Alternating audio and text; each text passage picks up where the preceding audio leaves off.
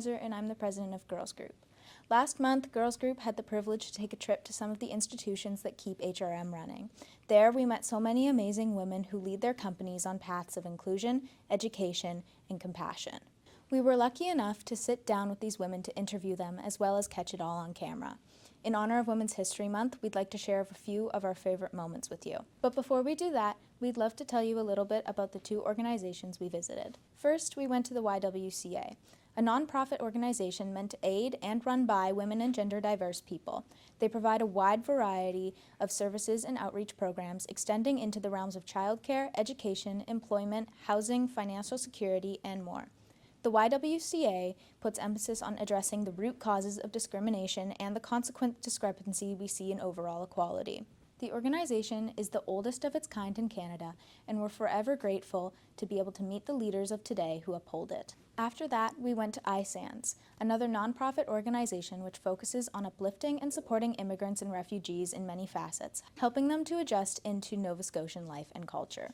They offer things like language services, settlement support for families and children, employment programs, business development, community integration, and pre-arrival services offered both in person and online and in over 20 languages total.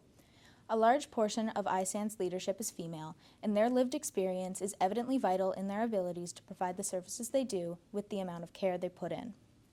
Now, please take the time to hear from the influential women in our community and the perspectives they provide. What's a mistake that taught you something important? I think this actually applies to my work here in the office, but also life in general. The first thing that comes to mind for me is just wanting to offer more than you're able to give, and that's like so easy to do in this field where you're helping people, and you have someone come and they're dealing with something very, very, very complicated. Maybe aside from the abuse they're facing, maybe there's like substance use issues, maybe there's mental health issues, maybe there's poverty. Like there's all these really, really big issues coming together in this one person's life. In our program, we have our boundaries, we have limits. There's only certain things that we're allowed to do. And I think it's really easy to hear someone's story and just to want to say yes to everything, even if I'm not equipped to do that. Like maybe I don't have the resources to do that, maybe I don't have the education to do that. So I think it's easy to make mistakes where you just kind of want to come in and you want to do everything that this person is asking for because they need it. But kind of learning what you have the capacity to do so that you're not eventually harming them, because you can harm someone if you're offering to help them with something that maybe you actually aren't equipped to do. You don't have the knowledge, you don't have the resources, you don't have the experience. And that's a hard thing to learn, and I feel like I'm learning it like every single day, the same lesson over and over and over again. But yeah, I think that's a mistake, is maybe offering to give something when you maybe don't have it. Have you ever experienced gender bias in the workplace? If so, how did you handle it? I think we all carry biases. I think people have a gender bias. I think people have a bias by immigration status. They have a bias for class. They have a bias for language. But for me, I see that I'm just me, and I don't apologize for that. And if someone treats me in a particular way because I'm a woman, I don't own that problem. What advice would you guys give to young women interested in doing a position like what yourselves are in? Thank you. I just want you guys to believe in yourselves, because whatever you want to do, you have to pursue and you have to pay attention as it's the route that you want to go through. But believing in yourself and you are capable of doing it. There are challenges. And at the same time, you'll learn how to solve problems, how to face challenges, and not to give up easily. So if you are ready to pursue and to fight whatever challenges come on your way, if you focus on the solution, then it's easy to do it. So yeah, dream high, dream big. I can also say that you have to think that there's never just a straight path to somewhere.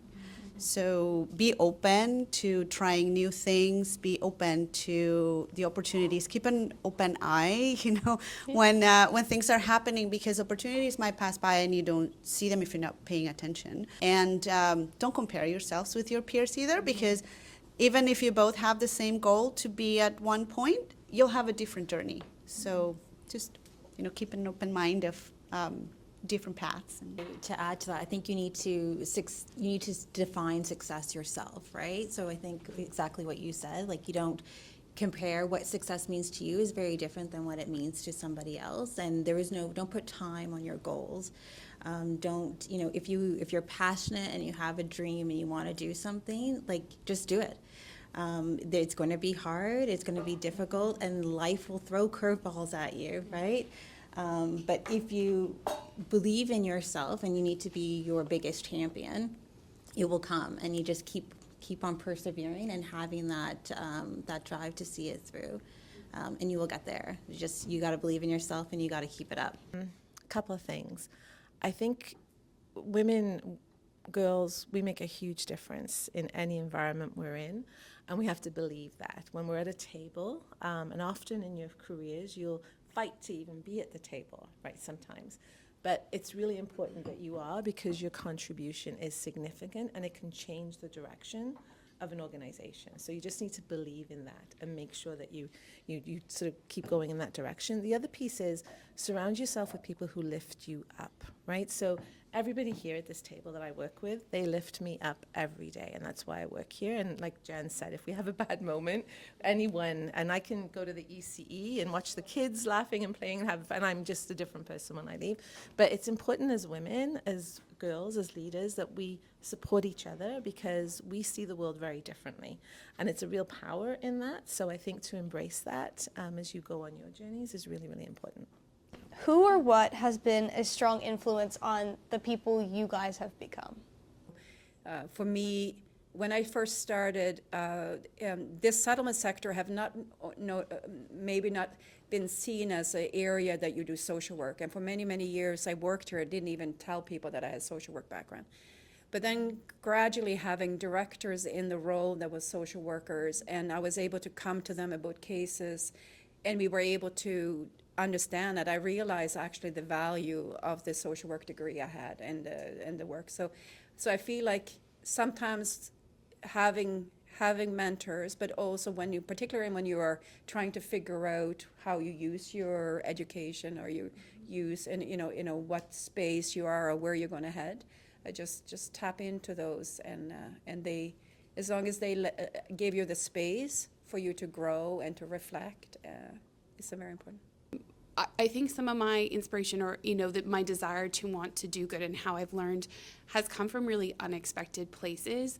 I've been in a lot of HR positions where I was either in a standalone role or a very tiny team, and I've not had the fortune of having people in my sort of profession to really mentor me, and that's something I miss. But then looking forward in other opportunities. One of my biggest inspirations is someone that I worked at a summer camp in America for 8 summers for children on the autistic spectrum. It was the most special, fantastic place. It was a summer camp. That's not like a straight line to HR, but one of the founding members who was there every year, in how he showed up for people, like just the way that he lived his life and how he interacted with everyone, including all the children, has set me up for success, just because that was inspirational to me. And so I took things, and even though it was not HR and it wasn't a camp and it wasn't there's a lot from that. You just learn how you want to be with people and how you want to show up for people. So I think you can find inspiration every day, whether it's in your friends, through your family, in teachers. I have a teacher that I had when I was in grade 5, and I still talk to her. I sent her Christmas cards because she was super impactful. And I think, you'll find it in mentors, but you'll also find it in lots of unexpected places. So just soak it up when you can, and know you'll start to learn the things that really speak to you, and you'll see it in other people and how they're demonstrating, which is really, it's a fantastic thing to see when you're like, oh, that that really impacted me, or that really meant something to me, and you'll think about it periodically, and then you can start to, you know, work that in or use that as inspiration for how you show up for people.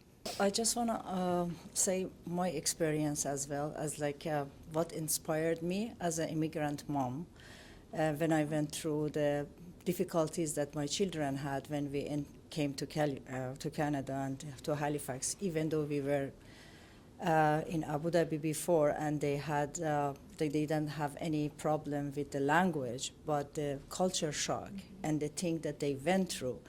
I just want to be in an organization to support the newcomers family. And it's my big inspiration. I grew up in a joint family, which probably you don't even know. It's a big family where aunts, uncles, everybody together. And I think everybody has influenced me, every woman. My mom, she's been such a strength for me that come whatever the situation might be, but to always just keep moving on. Right, and then I think when I came to Canada, the struggles were there. Like I had 3 kids who were trying to settle down and cope with the cultural shock and everything. I just had an opportunity. I don't know. I was applying for different roles at iSense, and I was asked to come over for 1 month to just be with when the Syrian refugees were coming in. And when I sat there and I just looked at the people who were coming from, when we made a choice to come to Canada, it was a choice we made to come to Canada. But when I started looking around and I saw the people who we were supporting had no choice, they were just compelled to come to Canada, and their struggles and the trauma that they had gone through. I think that was a big inspiration for me. Like I started to be grateful for the life that I have, the luxuries or the privileges that I already have, and I can be cribbing about it.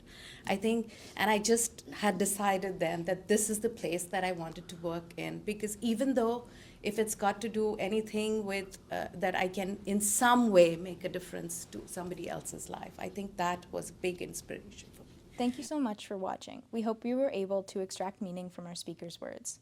That's all for now. Have a wonderful rest of Women's History Month, West Bedford High.